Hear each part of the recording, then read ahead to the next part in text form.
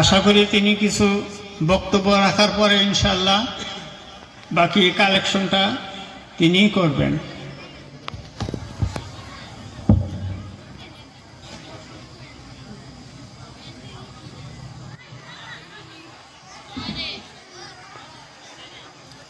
আসসালামু আলাইকুম ওয়া রাহমাতুল্লাহি ওয়া বারাকাতুহু। সবাই ভালো আছে না? সবাই আগে আগে বই পড়ি, অল্প আগে আগে পড়ি। আমরা সবাই সামনে এসে পড়ি। ওইটা বড় আয়সা বড় সামনে। রাস্তার মধ্যে যারা যারা আছি আমরা সবাই প্যান্ডেলের ভিতরে আসে যাই। অল্প সময় আলোচনা হবে, আলোচনার পরে দোয়া হয়ে যাবে। আমরা সবাই প্যান্ডেলের ভিতরে এসে যাই।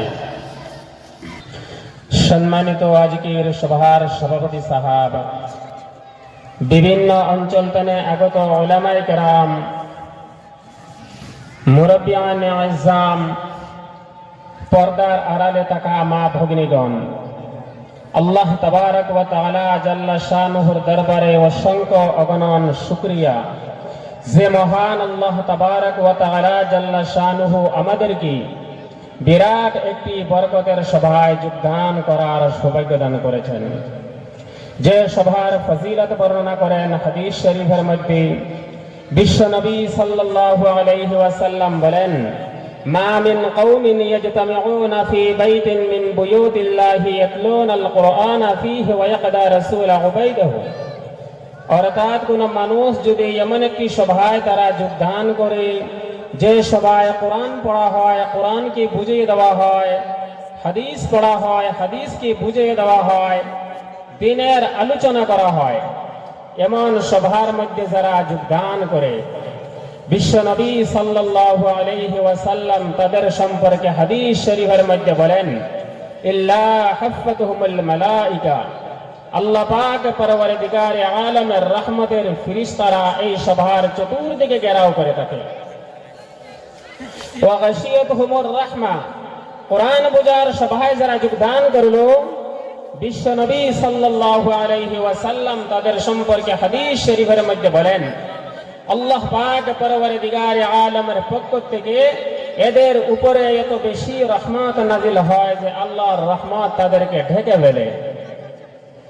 ওয়া নাযালাত আলাইহিমুস সাকিনা, কোরআন বুঝার সভায় যারা যোগদান করলো বিশ্ব নবী সাল্লাল্লাহু আলাইহি ওয়াসাল্লাম তাদের সম্পর্কে হাদিস শরীফের মধ্যে বলেন, আল্লাহ পাক পরওয়ারদিগারে আলমের পক্ষ থেকে তাদের উপরে সান্ত্বনা নাজিল হয়।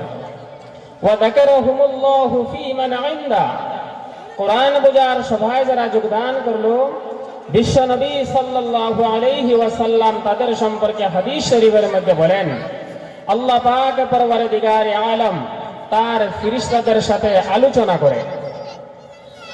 আলোচনার শেষে আল্লাহ পাক পরওয়ারদিগারে আলম ফেরেশতাদেরকে বলেন, হায় ফেরেশতারা, তোমরা সাক্ষী দেখো ওই কোরআন বুঝার সভায় যারা যোগদান করেছে আমি আল্লাহ তাদের জীবনের সমস্ত গুনাহ খাতা মাফ করে দিলাম।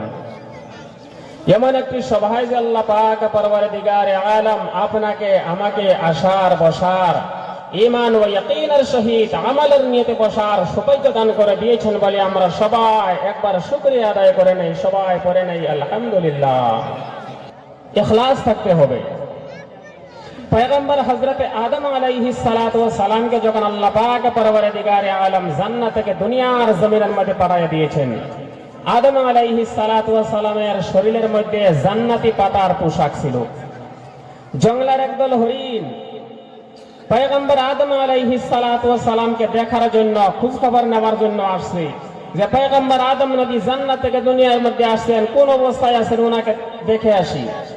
জঙ্গলের হরিণ যখন আসছে, আসার পর হযরতে আদম আলাইহিস সালাতু ওয়াস সালাম ওনার জান্নাতি পাতার পোশাক দেখে হরিণদেরকে খাবার জন্য একটু পাতা দিলেন।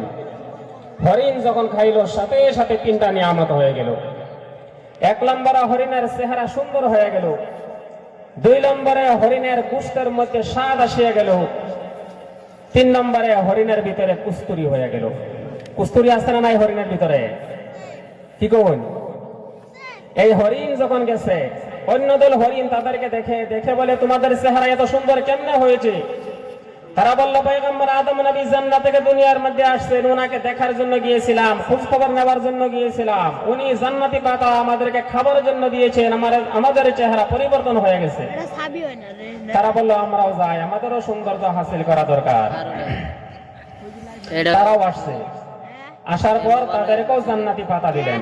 এই মোবাইলেই হুজুরের দেওয়ার পর এই হরিণ খাইলো, খাওয়ার পর তাদের দুইটা নিয়ামত হইল, চেহারা সুন্দর হইল, গোশতের মধ্যে মজা আসলো, স্বাদ আসলো, কিন্তু কুস্তুরি আর হইল না।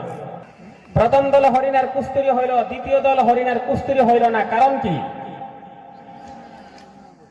হায়াতুল হায়াওয়ান কিতাবের মধ্যে আল্লামা কামালউদ্দিন দামিরি রাহমাতুল্লাহি আলাইহি লিখেছেন, প্রথম দল হরিণের নিয়ত ভালো ছিল, তাদের নিয়ত ছিল পয়গম্বর আদম নবীকে দেখার জন্য গিয়েছিলেন, খোঁজ খবর নেবার জন্য গিয়েছিলেন, সেই কারণে আল্লাহ পাক রব্বুল আলামিন তার দামি বস্তু কুস্তুরি হরিণের ভিতরে দিয়ে দিলেন।